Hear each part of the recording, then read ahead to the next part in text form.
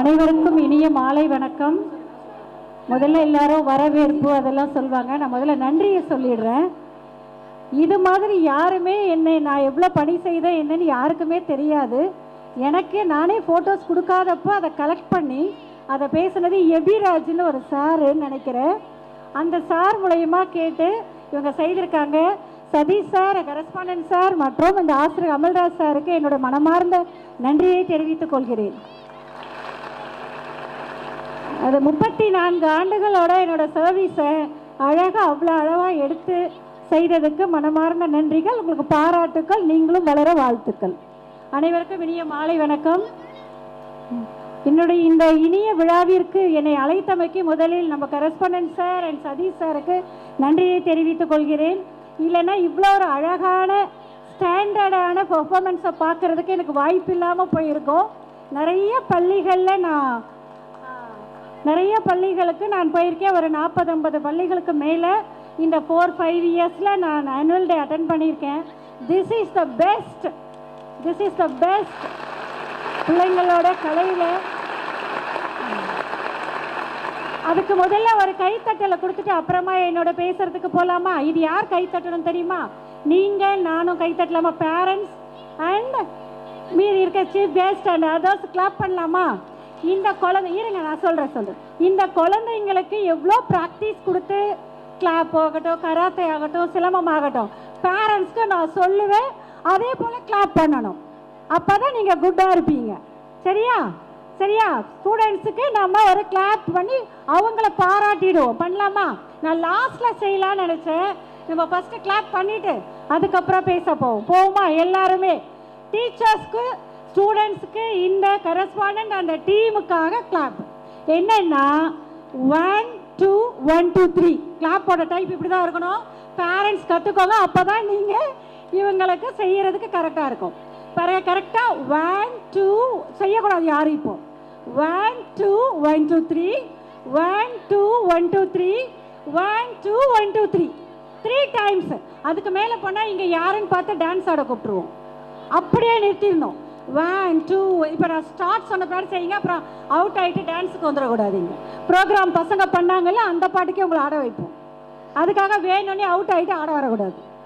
சரியா? வருவார் அவர் அப்பாக்கஸ் சார். வேணும்னே அவுட் ஆகிட்டு டான்ஸ் ஆட வந்துடுவார். 1 2 1 2 நல்லா அப்சர்வ் பண்ணிங்க. இது பேரண்ட்ஸ் ஒன்லி. ஏன்னா அப்பாக்கஸ் சார்லாம் வின் பண்ணி வேணும்னே இங்கே வந்துடுவார். சரியா? சான்ஸ் கிடைக்குது. ஸோ சான்ஸை யூஸ் பண்ணுங்க. கரெக்டாக அவங்களுக்கான கிளாப்பாக கொடுத்துடலாம். சரியா? நான் செய்து காட்டிட்டுமா? அதுதான் டீச்சரோட வேலை. முதல்ல சொல்லி கொடுக்கணும் இல்லையா? அதை அப்சர்வ் பண்ண வைக்கணும். அதை அவங்க ஸ்டூடெண்ட்ஸு ஃபாலோ பண்ண வைக்கணும். சரியா? 1 2 1 2 3 1 2 1 2 3 1 2 1 2 3 அதோட நிறுத்திடணும். அதுக்கு மேலே யார் பண்ணுறாங்களோ நீங்கள் ப்ரோக்ராம் பண்ணணும். ஓகே? இது யாருக்காக? இந்த ப்ரோக்ராமை அழகாக குழந்தைங்களும் டீச்சர்ஸு பேரண்ட்ஸை கோஆர்டினேட் பண்ணி சிறப்பாக செய்திருக்க ஆல் அந்த டீமுக்கு கிளாப் பண்ணுறோம். ஸ்டார்ட் பண்ணலாமா? பேரண்ட்ஸ்க்கானது ஸ்டார்ட் பண்ணலாமா? Let's start.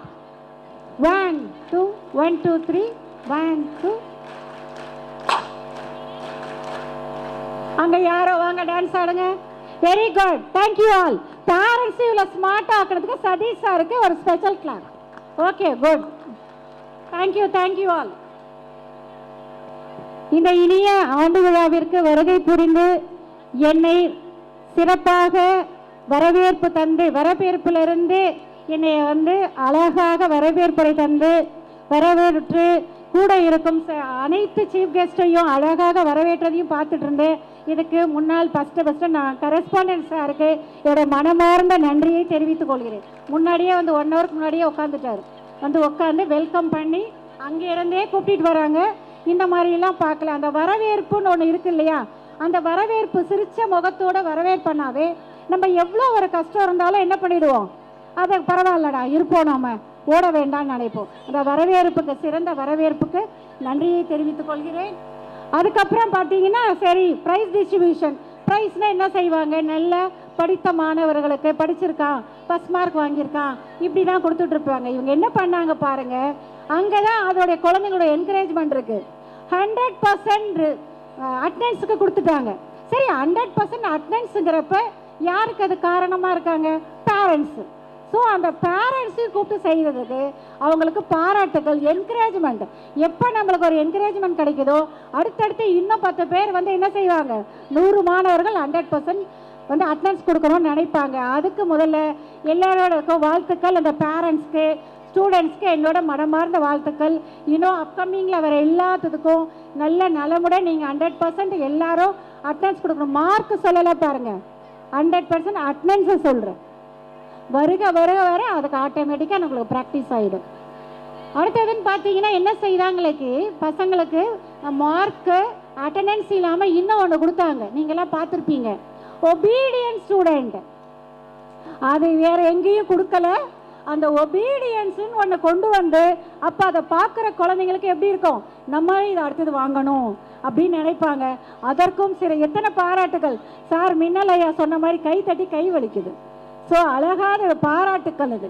ஏன்னா இது வந்து புரிய கிரியேட்டிவிட்டி, பிள்ளைகளை எப்படி என்கரேஜ் பண்ணலாம் அப்படின்றதுக்கு இதெல்லாம் மார்க் வாங்குறவங்களுக்கு கொடுத்துருக்கீங்க. அருமையான மார்க், அதையும் மார்க் படித்தாங்க, அசத்தலாக இருந்தது. 600 ஆகட்டும், 500 ஆகட்டும், +1 +2 ஆகட்டும், 10th ஆகட்டும், அருமையான மார்க்கு. இந்த மதிப்பெண்களுடன் நல்ல எதிர்காலத்தில் நல்ல மாணவர்களாக வர்றதுக்கு என்னுடைய வாழ்த்துக்கள். அப்புறம் இன்னும் அடுத்தது சொல்லப்போனால் சரி மார்க்கு தான் வாங்கியிருக்காங்களே, சரி படிப்பில் தானே இருக்குது அப்படின்னு பார்த்தா கராத்தேக்கு வந்துடுறாங்க.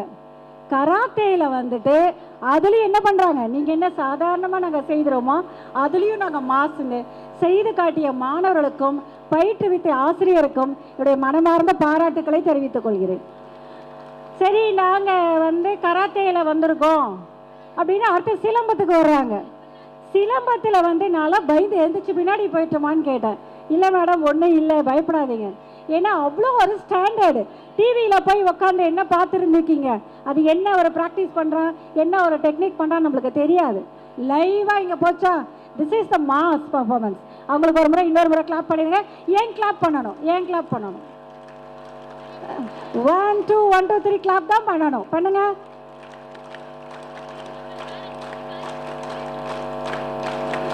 Very good, thank you. நான் சொன்னதை கேட்குற ஸ்டூடெண்ட்ஸ் மாதிரியே பேரண்ட்ஸ் இருக்கிறதுக்கு தேங்க்ஸ், வாழ்த்துக்கள். இதில் சொல்லுவாங்க கராத்தே, சிலம்பம் இதையெல்லாம் நாங்கள் செய்கிறோம் அப்படின்னா நம்மளை மிரட்டுற மாதிரி அபேக்கஸ் மூளைக்கு வேலை. எனக்கே பயமாக இருந்தது, நம்மளே ஏதாவது கேள்வி கேட்டுற போகிறாங்களோ, நமக்கு பயம். அவர் வேற மேடம் சொல்கிறீங்களான்னு வேற கேட்குறாரா. இதில் எவ்வளோ கால்குலேஷன் பாருங்கள். Practice practice practice practice. அதுக்கு சொல்லுவாங்க முயற்சி, பயிற்சி, தொடர்ச்சி. முயற்சி எடுத்துடுறோம், அப்புறம் ப்ராக்டிஸ் பண்ணுறோம், அதோட விடக்கூடாது. என்ன பண்ணணும், கண்டினியூஸாக அப்படியே போகணும். இந்த பாப்பா பேசினா பற்றியா, இங்கிலீஷ் கவர்மெண்ட் ஸ்கூல்லேருந்து வந்துட்டு இங்கிலீஷ் பேசினா பற்றியா அந்த பாப்பா, அவள் சொல்கிறா பாரு கன்சிஸ்டன்டி, ஸ்டெபிலிட்டி, கன்சிஸ்டன்சி சொல்கிறா பாரு. முயற்சி, பயிற்சி, தொடர்ச்சி இருந்தால் யாருனாலும் எதையும் சாதிக்கலாம். எனக்கு வரல, முடியலை, அந்த வேலையே இருக்கக்கூடாது. முடியலன்றதெல்லாம் இல்லை, முடியும் என்றால் முயற்சி செய், முடியாது என்றால் பயிற்சி செய், அவ்வளோதான். Practice practice practice. எறும்பு ஊற கல்லும் தேயும் சொல்கிறான். எறும்பு எவ்வளோ இருக்கு, சின்னது, அது ஊறி கல் எப்பப்பா தேயும், அப்போ அத்தனை முறை ட்ரை பண்ணியிருக்கு. So try try try. இதில் வந்து இந்த மாணவர்களுக்கு இதுலேயே ஒன்று சொல்லிடுறேன். இதில் என்ன செய்வாங்கன்னா, எனக்கு படித்தா மறந்துடுது, எனக்கு கான்சன்ட்ரேஷன் பண்ண முடியல, மொபைல் டிஸ்ட்ராக்ஷன், இது டிவி டிஸ்ட்ராக்ஷன், இல்லை மாணவர் பாய்ஸாக இருந்தால் பைக்கு அந்த மாதிரி போகிற டிஸ்ட்ராக்ஷன் எல்லாம் நீங்கள் உங்கள் மைண்டை ஒருநிலைப்படுத்தி. எங்கள் காலத்தில் குதிரை வண்டி இருக்கும், இப்போ நீங்களாம் பார்த்தீங்கன்னாட தெரியாது. குதிரைக்கு எதுக்கு கடிவாளம் போட்டிருப்பாங்க, கடிவாளம் போலனால உட்காந்துட்டு போகிறோம், ஓடிட வேண்டியதான் எங்கேயாவது. அது பார்வை போய்கிட்டே இருக்கும். அப்போ எங்கள் சைட்லையும் அது பார்க்காது, நேராக அதோட எய்ம் எங்கேயோ போயிட்டுருக்கோம். அதுபோல் நீங்கள் இதனால தான் அப்படின்றால் ஒரு நொண்டி சாக்கு. அதெல்லாம் எனக்கு அம்மா அப்பா இப்படி கொடுக்கல, எனக்கு இதை செய்யலை, இல்லை இல்லை சொல்கிறது பொய் சாக்கு. நீ நினச்சன்னா உன்னால் முடியாதது எதுவுமே கிடையாது. கரெக்டாக அந்த எய்ம் வைங்க, எய்மை நோக்கி போய்கிட்டே இருங்க. பேரண்ட்ஸும் குழந்தைங்களே நீ இதை பண்ணு அதை பண்ணுன்னு சொல்ல வேண்டாம். அவங்களுக்கு எதில் இன்ட்ரெஸ்டாக இருக்காங்களோ அதில் நீங்கள் அவங்கள போக விட்டுட்டே இருங்க, சப்போர்ட் பண்ணிகிட்டே இருங்க. இன்னொன்று சொல்லிக்கிறேன், இந்த குழந்தைங்க டான்ஸ் ஆடின குழந்தைங்க இருக்குது, ப்ரைஸ் வாங்கின குழந்தை இருக்குது, ப்ரைஸ் வாங்காத குழந்தைலாம் இருக்கு இல்லையா, அவங்கள போய் நீ ஏன் வாங்கலன்னு கேட்காதீங்க. அவங்க இப்போ வாங்கிட்டாங்க, இனிமேல் வாங்க போகிறாங்க. இனிமேல் வாங்க போகிறவங்களுக்கெல்லாம் கிளாப் பண்ணுங்க. இனி வாங்க போகிறாங்க, வாங்கினவங்களுக்குலாம் கிளாப் பண்ணீங்களா? அடுத்தது வாங்க போகிறாங்க. லேட் ப்ளூமர்ஸ்ன்னு சொல்லுவோம். இன்னைக்கு மலர்ந்துருச்சு அந்த பூ, நாளைக்கு அது மலர போகுது, கொஞ்சம் லேட்டாக மலருது. ஸோ அந்த குழந்தைங்களுக்கும் வாழ்த்து சொல்லணும், அவங்களும் வருவாங்க. எல்லா குழந்தையும் இந்த ஸ்டார் இருக்கு இல்லையா, பாரு எவ்வளோ பறந்து ஐயாவோட மனசு மாதிரி இருக்குல்ல. ஸ்டார்ஸில் இந்த ஸ்டார் நல்லா இருக்கு, அந்த ஸ்டார் இல்லை, குழந்தைங்க எல்லாருமே ஸ்டார் தான். இண்டிவிஜுவல் இருக்கு, அவங்களுக்குள்ள ஒரு தனி இருக்கு. எந்த குழந்தையுமே இது இப்படி அது அப்படின்னு சொல்றதுக்கு இல்லவே இல்லை. ஒரு குழந்தைக்கு இது இருந்தால் இன்னொரு குழந்தைக்கு அது இருக்கும். பேரண்ட்ஸை மனசு தளர விடாதீங்க. எதில் இருந்தாலும் அதில் அது ஷைன் ஆகும். நீங்கள் உங்கள் கடமையை இந்த ஒரு 7 மணிக்கு ஸ்கூலுக்கு வரணுன்னா அந்த பேரண்ட்ஸ் பண்ணுறது என்ன தெரியுமா? குழந்தைங்க இப்போ கை தட்டுவாங்க பாரு, 7 மணிக்கு ஸ்கூலுக்கு வரணும்னா 6:55க்கு சாப்பாடை போட்டு வைக்கிறது, சாப்பிடுன்னு கொதிக்க கொதிக்க வச்சிடுறது. இங்கே வந்து டீச்சர்ஸ் கிட்ட கம்ப்ளைண்ட் பண்ணு, சாப்பிடாமையே வந்துட்டாங்க. எப்படி சாப்பிடுவாங்க? நீங்கள் முன்னாடியே எந்திரிச்சு பிளான் பண்ணி ஆற வச்சு ஊட்டி அனுப்பணும். அதை விட்டுட்டு 7 o'clock 6:50 போட்டு சதீஷ் கிட்ட வந்து கம்ப்ளைண்ட் பண்ணுறது, சார் சாப்பிடாமே வர்றாங்க சார், அப்புறம் டேஸ்ட்டாக வைக்கிறது இல்லை. அது மாதிரி செய்தால் எப்படி குழந்தைங்க வந்து சீக்கிரமாக சாப்பிடுவாங்க? ஸோ குழந்தைங்கள எதுவும் சொல்லாதீங்க. 2 பேருமே கரெக்டாக பேசிட்டு, டீச்சர் ஸ்டூடெண்ட் பேரண்ட்ஸ் 3 பேரும் சேர்ந்து அந்த குழந்தைங்கள அப்படியே வீட்டில் நீங்கள் பார்த்துக்கோங்க, ஸ்கூலுக்கு வந்தால் டீச்சர்ஸ் பார்த்துப்பாங்க. அதை சொல்கிறத அப்படியே கேட்டுட்டு போனால் அழகாக ரொம்ப நீங்களும் நிம்மதியாக குழந்தைங்களும் நிம்மதியாக அப்படியே உங்களோட லைஃப் போகும். குழந்தைங்க அவங்க பார்த்துப்பாங்க, டீச்சர்ஸை அவங்களுக்கு. குழந்தைங்களுக்கு வீட்டுக்கு வந்தால் படிங்கிறது இன்னொன்று தெரியுமா செய்வாங்க? அது செய்கிறீங்களோ இல்லையோ சொல்லிடுறேன். வீட்டில் போயிட்டு அம்மா வந்தால் அப்பாவோ சரி வந்துட்டு ரெஸ்ட்டாக 8 மணிக்கு அவங்க டிவி பார்ப்பாங்களாம். குழந்தைங்க படிக்கணுமா? எப்படி படிக்கும்? நீங்கள் மட்டும் டிவி பார்ப்பீங்க, குழந்தைங்க படிக்கும். பிள்ளைங்க படிக்கணும்னா நீங்களும் உக்காருங்க. நீங்கள் ஏதாவது படிக்கலைன்னா பரவாயில்ல, கூட உட்காந்து அவங்களுக்கு என்கரேஜ் பண்ணுங்கள். இந்த ஸ்டூடெண்ட்ஸ் யாராவது அம்மா அப்பா டிவி பார்த்து உங்களை படிக்க சொன்னால் சதீஷ் சார்ட்ட வந்து கம்ப்ளைண்ட் பண்ணிவிடுங்க. இதை ஏன்னா குழந்தைங்களுக்கு டைவர்ஷன் இருக்கும். நீங்கள் டிவி பார்த்துக்கிட்டே படினா எப்படி படிக்கும்? டிவியோ இல்லை வீட்டில் சண்டை போட்டுகிட்டே இருப்பாங்க அப்பா அம்மா, படிக்கும். இது எப்படி படிப்பாங்க? ஸோ நீங்கள் பேரண்ட்ஸ் நீங்கள் கண்டிப்பாக வீட்டில் டீச்சர்ஸ் இங்கே வந்து சொல்லி கொடுங்கன்னு விட்டுட்டு போகிறீங்களே, அது மாதிரி வீட்டுக்கு போனால் அவங்க என்ன சொல்லி தராங்களோ அதை கொஞ்சம் நீங்கள் படிச்சிருக்கிற பேரண்ட்ஸ்னு அவசியமே இல்லை, ஃபாலோ பண்ணுற பேரண்ட்ஸாக இருங்க தயவு செய்து. இது ஏதோ எனக்கு மைக்கு கொடுத்துட்டாங்க பேசுகிறேன்னு இல்லை. ஃப்யூச்சரில் ரொம்ப வந்து குழந்தைங்களுக்கு படிப்பை தாண்டி டிசிப்ளின் தேவைப்படுது. ஸோ நீங்கள் கண்காணித்து குழந்தைங்கள பத்திரமா சேஃப்டியாக கூட்டிகிட்டு வர்றது எல்லாத்துலேயுமே பார்த்துக்கோங்க. இந்த வந்து ஒரு வருஷத்தில் ஒரு நாள் இந்த குழந்தைங்களோட நிகழ்ச்சி நீங்கள் பார்த்து ரொம்ப சந்தோஷப்பட்டிருப்பீங்க இல்லையா? நீங்கள் இதை ஃபுல்லாக நீங்கள் என்ன பண்ணோம், படிப்பில் வாழ்க்கையில் அந்த குழந்தைங்க வளர்ந்து பெரிய ஆளாக வர்றதுக்குள்ளேயே பார்த்து ரசிக்கணும். அதுக்கு தானே இவ்வளோ கஷ்டமும், இதுக்கு எல்லா கஷ்டப்படுறதும் அதுக்காக தானே. ஸோ பேரண்ட்ஸ் தயவு செய்து உங்களோட ஸ்ட்ரெஸ் எது இருந்தாலும் குழந்தைங்க மேலே காட்ட வேண்டாம். எது இருந்தாலும் டீச்சர்ஸ்ட்டு வந்து சொன்னால் அவங்க பேலன்ஸ் பண்ணிப்பாங்க. இப்படி தான் இருக்குது அப்படி தான் இருக்குன்னா அவங்க வந்து பேலன்ஸ் பண்ணிப்பாங்க. சரிங்களா? இப்போ இதில் இன்னும் ஒன்று சொல்லிடுறேன். குழந்தைங்க பேரண்ட்ஸு எனக்கு எல்லாருக்குமே அந்த தூங்கி எந்திரிக்கிறதுன்னு ஒன்று இருக்கு இல்லையா, லேசினஸ் எல்லாருக்கும் வரும். அதுக்கு ஒரு சின்னதாக ஒன்று சொல்லிடுறேன். நீங்கள் யார் எப்பப்போ எந்திரிச்சிக்கலான்னு நீங்களே டிசைட் பண்ணிக்கோங்க. சரியா? 3 மணிக்கு எந்திரிக்கணுமா? 3 மணிக்கு எந்திரிச்சா, இது எல்லோரும் கேட்டிருப்பீங்க நிறைய, இருந்தாலும் நான் ரிப்பீட் பண்ணிக்கிறேன். 3 மணிக்கு எந்திரிச்சா முனிவர் ஆகிடலாமா? சாச்சா என்ன மேடம் நீங்கள் எங்களை முனிவராக சொல்கிறீங்க? வேண்டாம்ப்பா, நம்ம முனிவரெலாம் ஆக வேண்டாம். முனிவர் ஆகணும்னா 3 மணிக்கு எந்திரிச்சுக்கோங்க. முனிவர் ஆகணும் நீங்கள் டிசைட் பண்ணணும். சரி வேண்டான்னு சொல்கிறீங்க நிறைய பேர், போங்க மேடம் ஒரு வேலை இல்லை. சரி 4 மணிக்கு எந்திரிக்கலாமா? 4 o'clock எந்திரிக்கலாமா? 4 o'clock எந்திரிச்சா ஞானி ஆயிடலாம். ஐயோயோ வேண்டாமா, நீங்கள் டிசைட் பண்ணிக்கோங்கன்னு சொல்லிவிட்டேன். 4 மணிக்கு எந்திரிச்சிட்டா ஞானி ஆயிடலாம். நிஜமா? சரி அதுவும் வேண்டாம். எல்லாம் முறைச்சி பார்க்குறாரு அங்கே இருக்கிறலாம். என்னம்மா இந்த அம்மா எதையாவது வந்து பேசிகிட்டு இருக்கு, சதீஷ் சாரை திட்டுவார், யார் இந்த அம்மாவெல்லாம் கூப்பிட்டது? சரி போனால் போதும். 3 மணிக்கு எந்திரிக்க வேண்டாம், 4 மணிக்கு எந்திரிக்கிறீங்களோ அதை யூ டிசைட் யுவர் இது. 5 மணிக்கு எந்திரிக்கலாமா? 5 மணிக்கு எந்திரிச்சா அறிவாளி ஆகிடலாம். அப்போதாதா முனிவர் ஆக மாட்டேன்னு சொல்லிட்டீங்க. Very good. பாருங்கள் அவங்களுக்கு கிளாப் பண்ணிடுங்க. நான் 5 மணிக்கு எந்திரிச்சுக்கிறேங்க, அறிவாளி தான். 3 மணிக்கு எந்திரிச்சா முனிவர் ஆகலாம், 4 மணிக்கு எந்திரிச்சா ஞானி ஆகிடலாம், 5 மணிக்கு எந்திரிச்சா அறிவாளி ஆகலாம். எனக்கு அறிவாலையெல்லாம் வேணாம், சும்மா ஸ்கூலுக்கு வந்து படித்தா போதும், இந்த அம்மாவுக்கு ஒரு வேலை இல்லை அப்படின்னா 6 மணிக்கு எந்திரிச்சுக்கோங்க. 6 மணிக்கு இருந்தால் மனிதர்கள் வந்து 6 மணிக்கு எந்திரிப்பாங்க. ஹியூமன் பீயிங்ஸ் அப்படின்னா 6 o'clock எந்திரிச்சிடணும். சரி போங்க மேடம், எங்கள் அம்மா தட்டி தட்டி தட்டி தான் எழுப்புவாங்க அப்படிலாம் சொல்லக்கூடாது. குழந்தைங்க உங்களுக்குள்ள ஒரு எய்ம் வச்சு போனீங்கன்னா நீங்கள் கண்டிப்பாக 6 o'clock 5 o'clock எந்திரிச்சுப்பீங்க. அம்மாவோ அப்பாவோ தாத்தாவோ பாட்டியோ எழுப்பணும்னு அவசியமே இருக்காது. பேரண்ட்ஸ்க்கும் அதையே தான் சொல்கிறேன். குழந்தைக்கு இன்றைக்கி சீக்கிரமாக கொடுத்து அனுப்பணும், கரெக்டாக கொடுக்கணும், குழந்தைக்கு வந்து சுட சுட கொடுக்கக்கூடாது, அவங்களுக்கு பிடிச்சதாக கொடுக்கணும் அப்படின்னு நினச்சா நீங்களும் இந்த மாதிரி எந்திரிச்சுக்கலாம். சரி, இன்னொரு கேட்டகரி இருக்குது. 6 மணிக்கு அப்புறம் 7 மணிக்கு எந்திரிக்கிறவங்க என்ன சொல்லுவாங்க நான் சொல்லிட்டா? அது லிஸ்ட்லேயே இல்லை, அதுக்கு வேறு பேர், அதை நான் சொல்கிறதில்ல. அதுக்கு வேறு பேர் இருக்குது, நான் எவ்வாயால சொல்ல மாட்டேன். சரியா? 6 o'clock மனிதனோட எழுதல் வந்து முடிஞ்சிடுது. ஸோ ப்ளீஸ் நீங்கள் பேரண்ட்ஸ் அதுக்கு சப்போர்ட் பண்ணணும். நீங்கள் 6 மணிக்கு எந்திரிச்சிட்டு குழந்தைய 5:30 மணிக்கெல்லாம் எழுப்பக்கூடாது. நீங்களும் எந்திரிச்சு உட்காருங்க. முன்னுதாரணம். ஸ்கூலில் எப்படி டீச்சர்ஸ் பார்த்து கற்றுக்குறாங்க நீங்கள் தானே சொல்கிறீங்க, அப்போ வீட்டில் யாரை பார்த்து கற்றுப்பாங்க? உங்கள் பேரண்ட்ஸை பார்த்து கற்றுப்பாங்க. ஸோ ப்ளீஸ் நீங்கள் உங்கள் குழந்தைங்களுக்காக அவங்களோட சேர்ந்து இன்னொன்று சொல்வீங்க, எங்களுக்கு 1008 ப்ராப்ளம் மேடம். என்ன மேடம் வந்து பேச வேண்டிங்க? நீங்கள் எல்கேஜிக்கு 2000 ப்ராப்ளம் இருக்கும். ஒழுங்காக ட்ரெஸ் பண்ணல, டீச்சர் வந்து நல்லா ஒரு மை போட்டு வரல, இல்லை சாப்பாடு இல்லைன்னு எல்கேஜிக்கு 1000 கவலை இருக்கும். 2000 இருக்கும், உனக்கு 1000னா 2000 இருக்கும். எல்லாருக்குமே கவலைகள் இருக்குது. ஆனால் அதை தாண்டி வச்சுட்டு நம்ம அடுத்ததுக்கு எப்படி போகணுன்னு நீங்களும் ஆசிரியரும் சேர்ந்து செய்தால் இந்த குழந்தைங்க கண்டிப்பாக ஃப்யூச்சரில் பெரிய அவங்க நினைக்கிற லெவலுக்கு இந்த பள்ளியில் படிக்கக்கூடிய அனைத்து மாணவர்களுமே சிறந்த மாணவர்களை தமிழ்நாட்டு நல்ல குடிமகனாக பண்புள்ளதான்.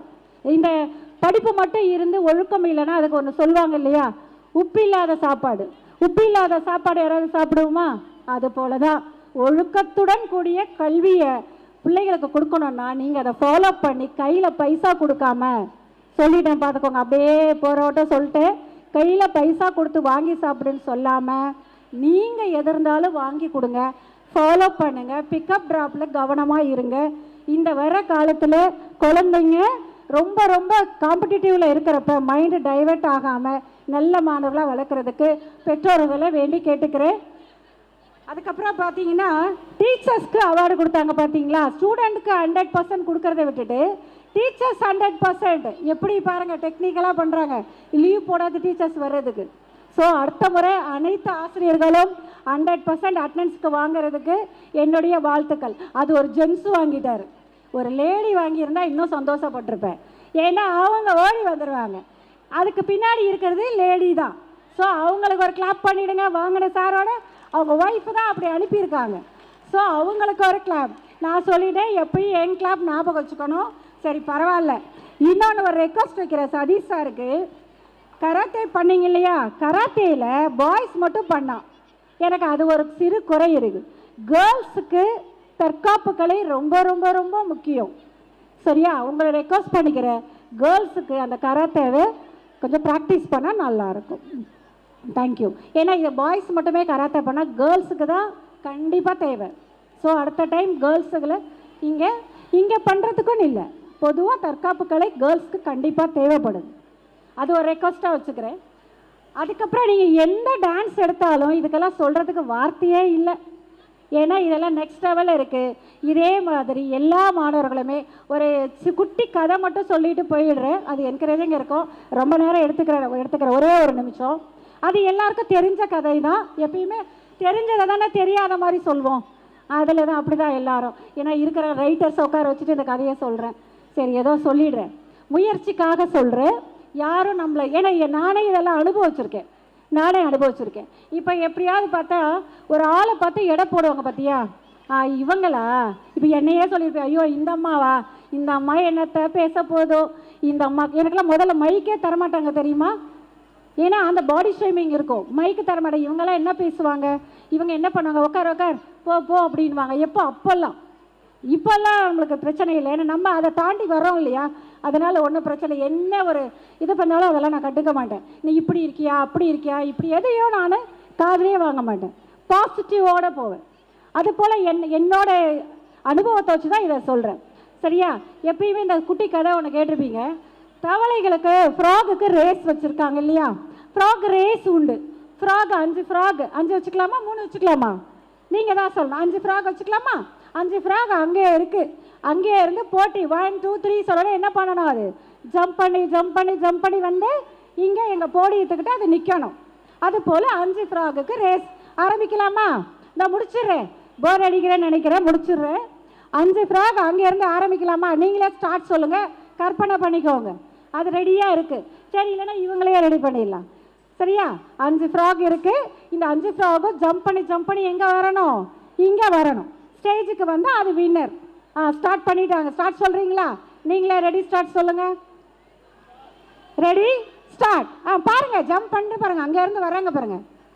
ஃப்ராக் வந்துட்டுருக்கு. நீங்கள் கமெண்ட்ஸ் கொடுக்குறாங்க. அங்கேருந்து ஒருத்தன் கொடுக்குறாங்க. அந்த பாரு, அந்த 4வது ஃப்ராக் இருக்குது பாரு, அந்த ஃப்ராகுக்கு ஜம்ப் பண்ணவே தெரில. இதெல்லாம் போய் இது வந்துருமா அப்படின்னு சொல்கிறாங்க. இன்னொருத்தர் அந்த ஃபஸ்ட்டு பரவாயில்லையே, அந்த ஃபஸ்ட்டு வந்து பரவாயில்லையே, அதான் வின்னர் ஆகும் போல் இருக்கே அப்படின்னு ஒன்று சொல்லுவாங்க. 5வது வர்றது, ஐயோ இது நகரவே இல்லை, வேஸ்ட்டு அப்படின்வாங்க. இப்படி எல்லாம் ஒவ்வொன்றா எல்லாரும் சொல்லிக்கிட்டே இருக்காங்க. அப்படி சொல்லிட்டு இருக்கப்போ பாரு, ஜம்ப் பண்ணி எவ்வளோ தூரம் வந்திருக்கு, ஜம்ப் பண்ணி வந்துகிட்டே இருக்கா. இங்கே வந்துருச்சுன்னு நினைக்கிறேன். வந்துட்டாங்க பாருங்கள். எதுவும் 2 3 அங்கேயே நின்றுதா? இந்ததா அங்கே போயிருப்பா ஒன்று இங்கே வந்துருச்சு பாருங்க. பாரு, ரெட் கலரில் இருக்கு பாரு, ஒன்று ஜம்ப் பண்ணி இங்கே வந்துருச்சு. எப்படி வந்திருக்கோம்? தெரிஞ்சவங்க ஆன்சர் பண்ணலாம். எப்படி வந்திருக்கோம்? எவ்வளோ பண்ணோம்? பாரு, நகரவே இல்லைன்னு சொன்னோம். இதெல்லாம் ஒரு ரேஸ்க்கு வந்துச்சுன்னு சொன்னோம். பாரு, பரவாயில்லையே, அந்த ஃபஸ்ட்டு கொஞ்சம் ஃபாஸ்ட்டாக வருதுன்னு சொன்னோம். இதுக்கு வந்ததுக்கு காது கேட்காது. நீ என்ன சொல்லிக்கோ, ஏன் வேலையை நான் பார்த்துக்கிறேன்னு சொல்லி அதோடைய டிஸ்கரேஜ்மெண்ட்டை விட்டுட்டு இங்கே வந்து நின்று அந்த ஃப்ராகு வின் பண்ணிடுச்சு. அந்த ஃப்ராகுக்கு காது கேட்காது. இதை தான் நான் சொன்னது. ரேஸில் போகிறப்ப டிஸ்கரேஜ்மெண்ட் வந்துகிட்டே இருக்கும். எனக்கு வந்த மாதிரி இவங்கெல்லாம் என்ன அப்படின்னா நான் யார் அப்படின்னு ப்ரூவ் பண்ணி போய்கிட்டே இருக்கணும். இது பேரண்ட்ஸ்க்கும் சரி, ஸ்டூடெண்ட்ஸ்க்கும் சரி, டீச்சர்ஸ்க்கும் சரி, எல்லாருக்குமே. யார் டிஸ்கரேஜ், இப்போ பேரண்ட்ஸாக இருந்தால் அவங்க இதை வாங்கிட்டாங்க, இவ்வளோ சம்பளம் வாங்குறாங்க அப்படிலாம் வரும். இந்த இது இல்லாமல் யார் என்ன சொன்னாலும் நேராக நான் போய்கிட்டே இருப்பேன்னு சொல்லி உங்களோட எய்மை அச்சீவ் பண்ணோம். வருங்காலத்தில் உங்களுடைய குழந்தைகள் எல்லாம் நல்ல தலைமுறையான நல்ல வேலையோட அழகான லைஃப்பை வாழணுன்னு மனதார வாழ்த்தி வாய்ப்புக்கு நன்றி பாராட்டி விடைபெறுகிறேன். நன்றி, வணக்கம்.